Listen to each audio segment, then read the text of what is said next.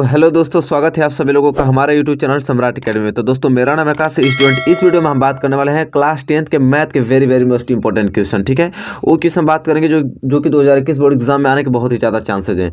मैं वो क्वेश्चन करा रहा हूँ आप लोग को, एनसीईआरटी का एग्जाम्पल करा रहा हूँ, मॉडल पेपर के क्वेश्चन करा रहा हूँ, प्रीवियस ईयर के क्वेश्चन करा रहा हूँ, एनसीईआरटी के कुछ एक्सरसाइज के जो मोस्ट इंपॉर्टेंट क्वेश्चन वो करा रहा हूँ। ठीक है, एक भी क्वेश्चन बाहर नहीं जाएगा। जितना मैं मैथ बताता हूँ डेली बाय डेली, बस उतना देखते हैं आप लोग, तो उसी कैटेगरी से आएगा वो क्वेश्चन आएंगे और बहुत ही आसान तरीके से आप करके चले आएंगे। ठीक है, चलिए आज की वीडियो स्टार्ट करते हैं। मैंने इस वीडियो पर 500 लाइक रखा है टारगेट स्टूडेंट, प्लीज़ लाइक करके इस वीडियोस को देखें और शेयर भी करना ना भूलें स्टूडेंट। ठीक है, चलिए अब हम स्टार्ट कर लेते हैं और आज के पहले क्वेश्चन की। और देखिए पहला क्वेश्चन ये आप देखते जान जाएंगे, बहुत ही मोस्ट इंपोर्टेंट क्वेश्चन है, एनसीईआरटी का एग्जाम्पल क्वेश्चन है। एनसीईआरटी का एग्जाम्पल से एक भी मत छोड़े तभी बेहतर है। ठीक है, जितना भी एनसीईआरटी का एग्जाम्पल सब कर डालें, क्योंकि सबसे ज़्यादा ही एनसीईआरटी का एग्जाम्पल आता है स्टूडेंट। ठीक है, एक्सरसाइज का बहुत ही कम आता है।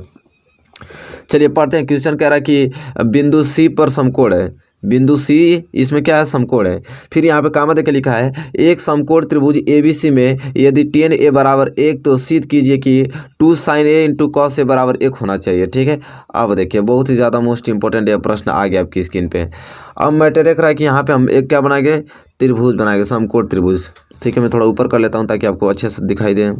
यहाँ पे मैं समकोण त्रिभुज स्टूडेंट बना लेता हूँ, इसका नामकरण कर देता हूँ।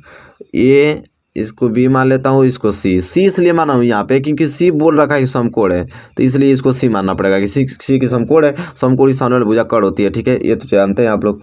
अब देखिए इतना हो गया।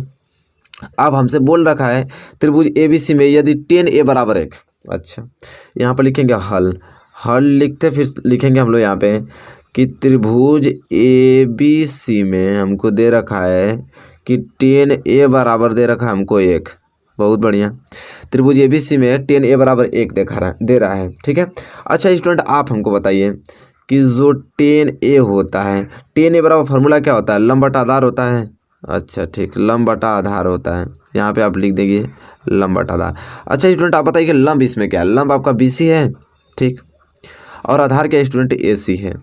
ठीक है, और tan a बराबर क्या था, 1 था। मैंने आपको एक बात बताया था अच्छे ढंग से कि ये जो 1 है वो एग्जैक्ट वैल्यू नहीं होती है। ठीक है, उसको हमें मानना पड़ता है, कोई नियतांक। तो हम लोग मान लेंगे यहाँ पे कि इसके बराबर हम क्या मान लेंगे, के मान लेंगे। तब इसके बराबर के मानेंगे तो अब देखिए के में गुणा करेंगे तो के ही हो जाएगा। ठीक है, तो हमको ये मालूम चल जाएगा कि BC जो लंब है, BC बराबर क्या आ जाएगा, के आ जाएगा। और AC जो आधार है इसके बराबर भी के आ जाएगा, क्योंकि इसके बटे में कुछ नहीं तो एक तो होता ही ना। ठीक है स्टूडेंट, तो यही चीज़ है। अब देखिए हमको BC बराबर भी के मालूम चल गया कि BC बराबर भी क्या है, के, और AC बराबर भी क्या है स्टूडेंट, के है। ठीक है, अब हमको करना सिंपल ये है स्टूडेंट, देखिए ध्यानपूर्वक अब हम करना क्या चाह रहे हैं यहाँ पे।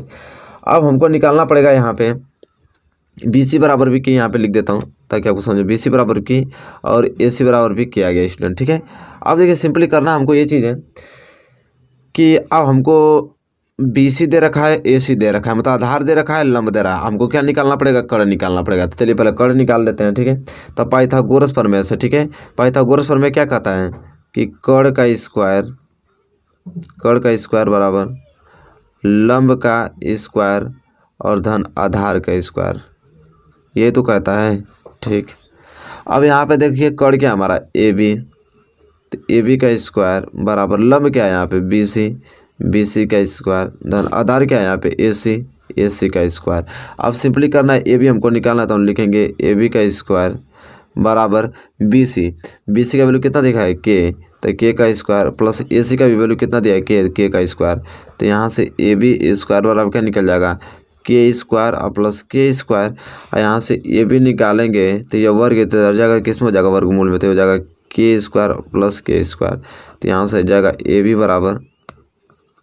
बराबर क्या हो जाएगा, इसे जोड़िए, के स्क्वायर 2 स्क्वायर हो जाएगा स्टूडेंट। ठीक है, अब देखिए 2 स्क्वायर हो जाएगा तो AB बराबर क्या हो जाएगा स्टूडेंट, देखिए के स्क्वायर, तो देखिए के स्क्वायर से तो के बाहर निकल जाएगा, लेकिन 2 बाहर नहीं निकलेगा तो 2 अपना अंडर रूट में रहेगा। मतलब AB बराबर क्या आ गया, के करड़ी में 2 आ गया स्टूडेंट। ठीक है, AB बराबर क्या आ गया, के करड़ी में 2।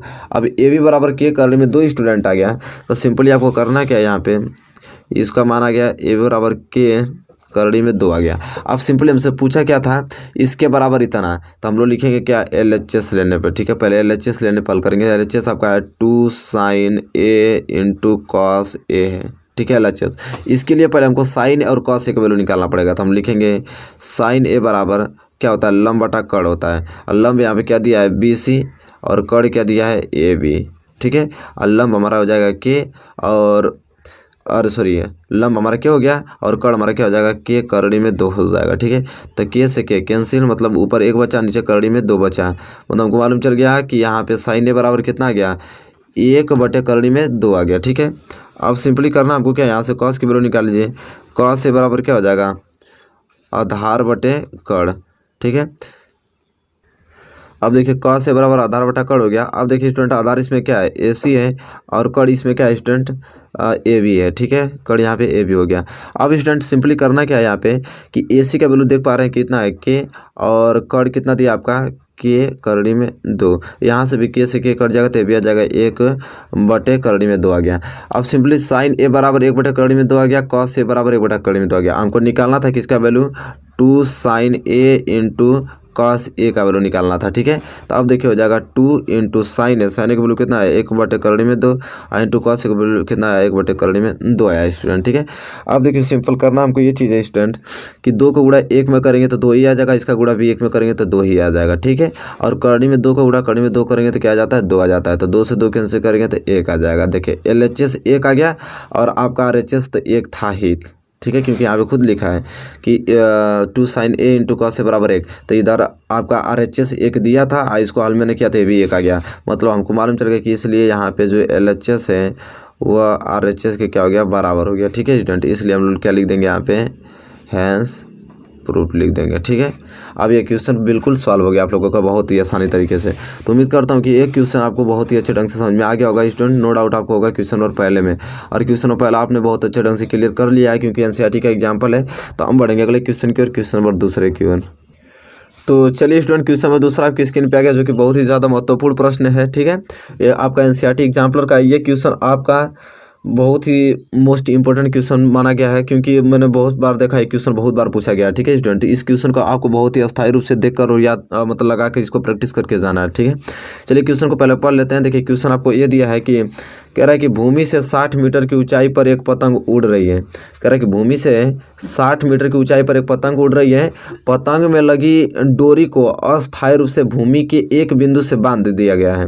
भूमि के साथ डोरी का झुकाव कितना अंश है, 60 अंश है। यह मानकर कि डोरी में कोई ढील नहीं है, डोरी की लंबाई ज्ञात कीजिए। देखिए बहुत ही ज़्यादा मोस्ट इंपोर्टेंट है। देखिए इसका डायग्राम अगर बना देते हैं तब बिल्कुल क्वेश्चन आप बहुत ही आसानी ढंग से कर पाएंगे।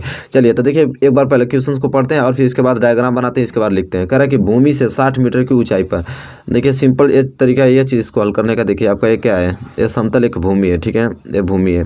भूमि से 60 मीटर की ऊंचाई, मान लीजिए कि यहाँ पे जो एक बिंदु है और यहाँ से इसकी ऊंचाई कितनी है, 60 मीटर है, ठीक है, 60 मीटर। कह रहा है कि भूमि से 60 मीटर की ऊंचाई पर एक पतंग उड़ रही है। ये आपका भूमि है, भूमि से यह 60 मीटर की ऊंचाई है, मान लीजिए ये 60 मीटर की ऊंचाई पर, और यहाँ पे मैं एक मान लीजिए जैसा भी हो एक पतंग बना देता हूँ, ठीक है। यह पतंग उड़ रही है भूमि से 60 मीटर की ऊंचाई पर, ठीक है। अब कह रहा है कि पतंग में लगी डोर को अस्थायी रूप से भूमि के एक बिंदु से बांध दिया जाता है। ये भूमि का कोई मान लीजिए एक बिंदु है और इस बिंदु से यह पतंग उड़ रही है। इसका जो डोर है इसको हम क्या करते हैं कि भूमि के किसी एक बिंदु पे क्या कर देते हैं, इसको बांध देते हैं। और पतंग इसी तरह तिरछे न उड़ाएंगे आप, अब इसको हम क्या करते हैं, बांध देते हैं। अब कह रहा है कि अस्थायी रूप से भूमि के बिंदु पर बांध दिया गया है। भूमि के साथ डोरी का झुकाव 60 अंश है। जो भूमि के साथ यह डोरी का झुकाव है कितना अंश दिया है, 60 अंश दिया है इसमें, ठीक है। अब कह रहा है कि यह मानकर कि कोई इसमें कोई ढील नहीं है, मतलब कि वो डोरी एकदम बिल्कुल क्या एकदम टाइट है एकदम, ठीक है, कोई ढील इसमें नहीं है। कह रहा है कि यह मानकर कि डोरी में कोई ढील नहीं है, डोरी की लंबाई ज्ञात कीजिए। अब हमसे डोरी की लंबाई पूछा कि ये कितना होगा, ठीक है। डोरी की लंबाई पूछना इसलिए हम इसको क्या मान लेंगे, x मीटर मान लेंगे, ठीक है स्टूडेंट। अब देखिए सिंपल करना है, ये बहुत ही सिंपल क्वेश्चन होता है। इसको ए मान लीजिए, इसको बी मान लीजिए और इसको क्या मान लीजिए, सी मान लीजिए। अब देखिए करना हमको ये चीज़ स्टूडेंट कि हमको यहाँ कुछ लिखना पड़ेगा, इसको पहले लिख लेते हैं, ठीक है। तभी मतलब जिस प्रकार मैं बताऊंगा उसी तरह आपको लिखना है, ठीक है। तो आपको लिख लेना है यहाँ पे कि माना एसी पतंग, माना जो एसी है यहाँ पे ए और सी आपको दिखाई दे रहा है। माना एसी पतंग की डोर है, माना एसी पतंग की डोर है और AC बराबर कितना, x मीटर हम लोग माने हैं। AC बराबर कितना माने हैं, x मीटर माने हैं, ठीक है। और और मानना पड़ेगा हमें कि BC बराबर यहाँ पे जिस प्रकार सिंपल तरीके से बता देता हूँ आप लोगों को। BC बराबर क्या मानना पड़ेगा 60 मीटर, मतलब जो दे रखा है उसको लिख लीजिए कि BC बराबर 60 मीटर दे रखा है। AC मेरे आप पतंग की डोर माना है जो कि आपका x मीटर दिया है, ठीक है। अब स्टूडेंट देखिए हमको करना ये चीज़ है कि अब इसको हम कैसे लगाते हैं ये चीज़ देखेंगे अब हम लोग। और ये चीज़ लगा देंगे कि जो कोड BAC है, कोड BAC बराबर कितना दे रखा है 60 अंश दे रखा है, ठीक है। अब देखिए सिंपल तरीके से हल करेंगे कैसे इसको।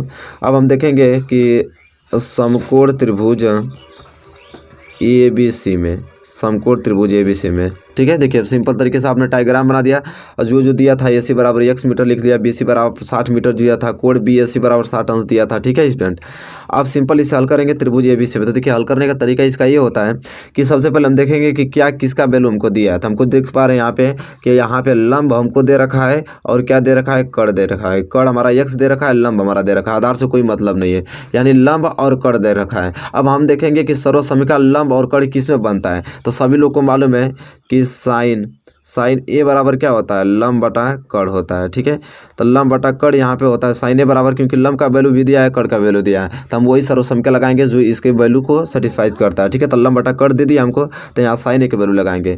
अब देखिए साइन A का वैल्यू नहीं लगाएंगे यहाँ पे स्टूडेंट।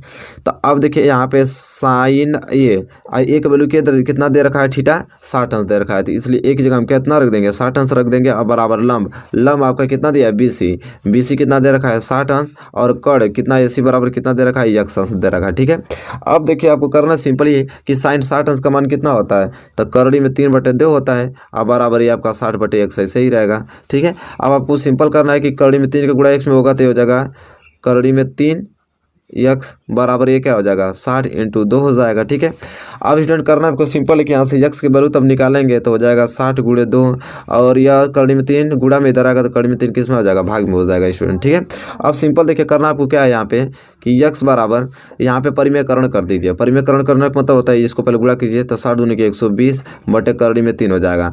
तो करड़ी का 3 का गुणा ऊपर भी कर दीजिए, करड़ी 3 का नीचे भी गुणा कर दीजिए, तो ये परिमेयकरण कहलाता है। यहाँ पे लिख सकते हैं आपकी परिमेयकरण करने पर, ठीक है, परिमेयकरण करने पर, ठीक है स्टूडेंट। तो चलिए यहाँ पे परिमेयकरण करेंगे स्टूडेंट, करने पे आप लिख दीजिएगा करने पे। तो आपको सिंपल देखिए 120 में करड़ी में 3 का गुणा करेंगे तो हो जाएगा 120 करड़ी में 3 हो जाएगा, और करड़ी में 3 का गुणा करड़ी में 3 करेंगे तो ये 3 हो गया, ठीक है। अब सिंपली करना है कि 3 से कटाएंगे तो 3 चौको 12, यहाँ 40, और यहाँ पे करड़ी में 3 बच जाएगा। मतलब हमको मालूम चल गया कि x बराबर 40 करड़ी में 3 आ गया। और x हम क्या माने थे स्टूडेंट, यही तो माने थे AC डोर की लंबाई माने थे, ठीक है, पतंग की डोर की लंबाई। और यही से हमसे पूछा है कि डोरी की लंबाई ज्ञात कीजिए, इसलिए जो डोरी की लंबाई होगी, डोरी की लंबाई किसके बराबर माने थे, x के बराबर है। x का वैल्यू आपका आ गया है कितना 40 करड़ी में 3 आ गया स्टूडेंट। अब सिंपली स्टूडेंट x बराबर करड़ी में 3 आ गया, यही आपकी डोरी की लंबाई, यही आपका क्या हो जाएगा, आंसर हो जाएगा स्टूडेंट, ठीक है। उम्मीद करता हूँ क्वेश्चन नंबर दूसरा भी आप लोगों को बहुत ही अच्छे ढंग से क्लियर होगा और नो डाउट आपको होगा क्वेश्चन नंबर दूसरे में। चलिए क्वेश्चन नंबर दूसरा क्लियर हो गया तो हम बढ़ेंगे अगले क्वेश्चन की ओर, क्वेश्चन नंबर तीसरे की ओर। स्टूडेंट देखिए क्वेश्चन नंबर तीसरा आपकी स्क्रीन पे आएगा जो कि बहुत ही ज़्यादा महत्वपूर्ण प्रश्न है। और क्वेश्चन नंबर तीसरा ये बोल रहा है कि किसी कक्षा के 5 बच्चों की ऊंचाइयां क्रमशः 150, 151, 152, 153 और 154 है। छठवें बच्चे की ऊंचाई ज्ञात कीजिए यदि उनकी ऊंचाइयों का माध्य 152.5 सेंटीमीटर हो। देखिए स्टूडेंट NCERT का एग्जाम्पलर क्वेश्चन है, देखिए बताता हूँ किस प्रकार इसे सॉल्व करेंगे बहुत आसान तरीके से, ठीक है। तो चलिए सबसे पहले पूछा हमसे क्या इसमें कि छठवें बच्चे की ऊंचाई ज्ञात कीजिए, तो जिसको पूछा है पहले उसी को हम लोग मान लेंगे, ठीक है स्टूडेंट। तो हम लोग लिखेंगे कि माना छठवें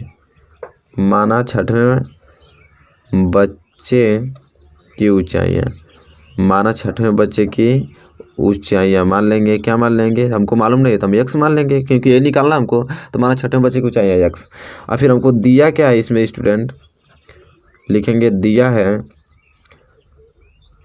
बच्चों की ऊंचाइयों का माध्य, बच्चों की ऊंचाइयों का माध्य दे रखा नहीं स्टूडेंट, आगे से बच्चों की ऊंचाइयों का माध्य दे रखा है, कितना दिए रखा है वहाँ पे 152.5 सेंटीमीटर। और वही ना बोल रहा है कि उनकी ऊंचाइयों का माध्य मतलब जितने भी बच्चे उनकी ऊंचाइयों का माध्य 152.5 सेंटीमीटर है, ठीक है। तो चलिए ये जो दिया था उसको निकालनी है। अब देखिए इसलिए बच्चों की ऊंचाइयों का माध्य, बच्चों के ऊंचाइयों का माध्य बराबर क्या होता है, बच्चों की ऊंचाइयों का योग जोड़ देंगे हम लोग, बच्चों की ऊंचाइयों का योग, जितनी भी ऊंचाई दे रहेगा उसको योग कर देंगे, बच्चों की ऊंचाइयों का योग। करने के बाद बटे में बच्चों की संख्या, ठीक है, बच्चों की कुल संख्या। यही ना होता है समांतर निकालने का, जितनी भी संख्या दे रही है उसका योग कर दीजिए, अब बटे में जितनी संख्या उसको लिख दीजिए, ठीक है। अब देखिए बच्चों की ऊंचाइयों का माध्य हमको आगे से दे रखा था कि 152.5 सेंटीमीटर बराबर बच्चों की ऊंचाइयों का योग। तो बच्चों की ऊंचाइयों का योग कितना है, 150, फिर 151 प्लस 152 प्लस 153 और प्लस 154 और प्लस छठवां बचा गया था यक्स, उसका यक्स मान लेंगे, समान उसका यक्स वैल्यू मान लेंगे। बच्चों की ऊंचाई छठवां का यक्स था तो इसलिए यक्स लिख दिया मैंने। फिर बच्चों की कुल संख्या कितनी है, तो बच्चों की कुल संख्या कितनी है, 6 है, तो 6 लिख देंगे।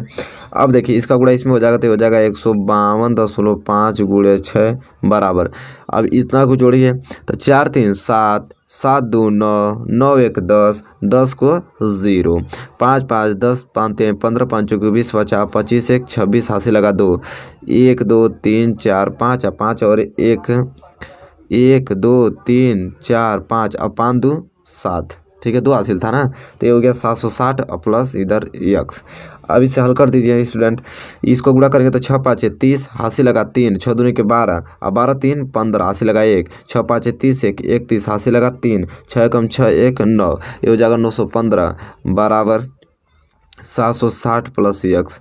अगर यक्स का वैल्यू निकालेंगे तो क्या हो जाएगा, यक्स का वैल्यू निकालेंगे तो यही तो होगा 915 माइनस 760, तो यक्स बराबर निकल जाएगा आपका 153, अरे सॉरी 53 का 9 6 15 ना 155 निकल जाएगा। अब 155 इस क्वेश्चन का क्या हो जाएगा, सही आंसर हो जाएगा, ठीक है। मतलब कि अब यहाँ लिखना पड़ेगा हमको कि जो छठवें बच्चे की ऊंचाई थी, छठवें बच्चे की ऊंचाई, ये नहीं पूछा था छठवें बच्चे की ऊंचाई, छठवें बच्चे की ऊंचाई बराबर कितना 155 सेंटीमीटर, स्टूडेंट निकल गया।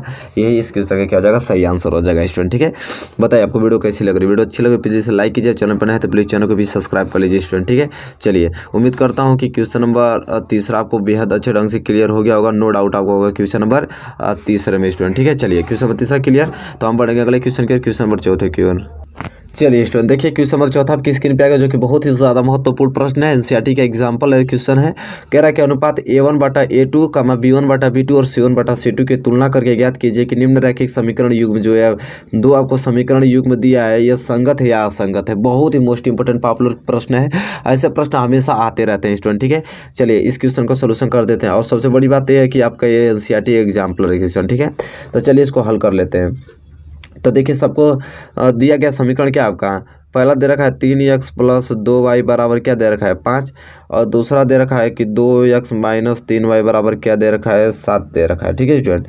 सबसे पहले इसको हम क्या करेंगे कि 3x प्लस 2y, यह 5 इधर आएगा तो क्या हो जाएगा -5 बराबर 0, आइए हो जाएगा 2x माइनस 3y, यह प्लस 7 इधर आएगा तो -7 बराबर 0 हो जाएगा, ठीक है स्टूडेंट। अब देखिए स्टूडेंट इसे हम समीकरण 1 मान लेंगे, इसे समीकरण हम 2 मान लेंगे, ठीक है स्टूडेंट। अब हम क्या करेंगे कि समीकरण 1 व 2 को, समीकरण 1 व 2 को हम A1x plus B1y plus C1 बराबर 0 तथा A2x plus B2y plus C2 बराबर 0 से तुलना करने पर, ठीक है स्टूडेंट। चलिए स्टूडेंट अब इतना से तुलना करने पे, ठीक है, लिखेंगे तुलना करने पे, ठीक है, तुलना करने पर। अब देखिए तुलना करेंगे कैसे, तो पहला समीकरण दिया है आपका 3x प्लस 2y माइनस 5 बराबर 0, इसको किससे तुलना करेंगे तो A1x plus B1y plus C1 बराबर 0 से तुलना करेंगे, और दूसरा दिया है आपका 2x माइनस 3y माइनस 7 बराबर 0, इसको A2x plus B2y plus C2 बराबर 0 से तुलना करेंगे, ठीक है। अब देखिए तुलना करें यहाँ से तो A1 बराबर 3 निकल गया, अब B1 बराबर यहाँ से 2 निकल गया, और C1 बराबर -5 निकल गया स्टूडेंट, ठीक है। इसी तरह यहाँ A2 बराबर 2 निकल गया, और B2 बराबर -3 निकल गया, और C2 बराबर -7 निकल गया स्टूडेंट, ठीक है। अब इतना निकल गया तो अब सिंपली आपको करना क्या है, यहाँ पे अनुपात चेक करेंगे इसका, तो A1/A2, तो A1 कितना निकला 3, A2 कितना निकल गया यहाँ से 2, तो ये 3/2 हो गया। इसी तरह B1/B2 चेक कीजिए, B1 कितना है 2 और B2 कितना है -3। तो अभी हमको खुद यहीं से मालूम हो गया, चल गया बात कि जो A1/A2 है वो बराबर नहीं हो पा रहा है B1/B2 के। जब यह समीकरण बने स्टूडेंट कि A1/A2 B1/B2 के बराबर नहीं होता है तो यह समीकरण संगत होता है। ठीक है, हम क्या लिखेंगे, तो लिखेंगे इसलिए कि दिया गया जो समीकरण है, दिया गया समीकरण क्या हो जाएगा, संगत है। ठीक है, दिया गया समीकरण संगत है। चलिए स्टूडेंट, उम्मीद करता हूँ कि क्वेश्चन आपको समझ में आ गया होगा। क्वेश्चन नंबर 4 ठीक है, देखिए नो डाउट आपको होगा क्वेश्चन नंबर 4 में इस प्रकार से आप सोल्यूशन करते हैं बहुत इजीली टाइप। तो ठीक है, चलिए क्वेश्चन नंबर 4 क्लियर हो गया स्टूडेंट। तो हम बढ़ेंगे अगले क्वेश्चन की ओर और क्वेश्चन नंबर 5वें की ओर स्टूडेंट। चलिए स्टूडेंट, देखिए क्वेश्चन नंबर 5 आपकी स्क्रीन पे आएगा, जो कि बहुत ही ज़्यादा महत्वपूर्ण प्रश्न है, क्वेश्चन नंबर 5। और क्वेश्चन नंबर 5 पे आपका है कि द्विघात समीकरण करड़ी में 2x² + 7x + 5 करड़ी में 2 = 0 को गुणनखंड विधि द्वारा हल कीजिए। ये गुणनखंड बहुत बार पूछा गया है स्टूडेंट। ठीक है, थोड़ा करड़ी में तो लोग फंस जाते हैं लड़के। ठीक है, लेकिन इसीलिए इसको बार बार पूछता है क्योंकि एनसीईआरटी एग्जाम्पल भी है। देखिए हमको समीकरण दे रखा है कि करड़ी में 2x² +7 +5 करड़ी में 2 = 0 दे रखा है। इसको हल करने के लिए बोलता है कि समीकरण को हल कीजिए। ठीक है, तो चलिए यार इसको किस प्रकार हल करेंगे हम मैं बताता हूँ आप लोगों को। सबसे पहले इसको गुणा इसमें करते हैं। ठीक है, तो आप ही बताइए, जब 5 करड़ी में 2 का गुणा करड़ी में 2 में करेंगे तो 5 5 हो जाएगा, करड़ी में 2 का गुणा करड़ी में 2 करेंगे तो ये 2 हो जाएगा, तो 5 दूनी हो जाएगा 10। अब इसमें हमको ये करना है यहाँ पे ये कि गुणा करने पे कितना आ जाए 10x², गुणा करने पे 10x² आ जाए, जोड़ने पे 7 आ जाए, तब 5 × 2 यही तो है। 5 में 2 को गुणा करेंगे तो 10 आ जाएगा, 5 और 2 जोड़ेंगे तो 7 आ जाएगा, तब 5 और 2 का पेयर बन गया। अब इसीलिए यहाँ पे लिखेंगे हम लोग कि करड़ी में 2x² + 5x + 2x, क्योंकि देखिए 5x और 2x जोड़ेंगे तो 7x हो जाएगा। आप 5 में 2 को गुणा करेंगे, 5x और 2x गुणा करेंगे तो 10x² भी हो जाएगा, मतलब सही हो रहा है। आप +5 करड़ी में 2 इसको इधर लिख देंगे बराबर 0। अब सिंपली करना है स्टूडेंट इसको, ये है यहाँ पे कि यहाँ पे हम इसको लिखेंगे कैसे, करड़ी में 2x² + 5x + 2x + 5 करड़ी में 2 = 0 स्टूडेंट। ठीक है, पेयर बना लीजिए, इसका पेयर इसके साथ और इसका पेयर इसके साथ। इसका पेयर बनाएंगे तो इसमें से कितना कॉमन लेंगे, x कॉमन लेंगे तो कितना बच जाएगा, करड़ी में 2x + 5 बच जाएगा। और इसमें कितना कॉमन लेते हैं, करड़ी में 2 कॉमन ले लेते हैं। करड़ी में 2 कॉमन लेंगे तो यह कितना बच जाएगा, करड़ी में 2 बच जाएगा। क्योंकि देखिए इस 2 को हम लिख सकते हैं करड़ी में 2 × करड़ी में 2 लिख सकते हैं, तो यहाँ से 2 कॉमन बच गया तो करड़ी में 2 ही तो बचेगा, करड़ी में 2 और प्लस यहाँ पे क्या बचेगा 5 बराबर 0। तो ये कोष्टक में करड़ी में 2 + 5, एक भी कोष्टक में करड़ी में 2 + 5, यहाँ से कॉमन ले लेंगे तो हो जाएगा करड़ी में 2 + 5 आ जाएगा एक कोष्टक में, एक कोष्टक में x और दहन करड़ी में 2 आ जाएगा बराबर 0 आ गया। अब सिंपली करना आपको स्टूडेंट यह है कि करड़ी में 2 + 5 बराबर 0 कर दीजिए और एक साइड आपका x प्लस करड़ी में 2 बराबर 0 कर दीजिए। तो सिंपली देख पा रहेंगे तो यहाँ पे आपका कितना निकल जाएगा, यहाँ पे 2 होगा ना, यहाँ पे देखिए बात को समझिए, करड़ी में 2 कॉमन लेता है, यहाँ पे x बचेगा ना इसके साथ में, तो यहाँ पे x लिखना पड़ेगा ना, तो हो जाएगा, हाँ अब सही है। तो ये हो जाएगा करड़ी में 2x + 5 बराबर 0। तो यहाँ से निकल जाएगा करड़ी में 2x बराबर +5, इधर जाएगा तो -5।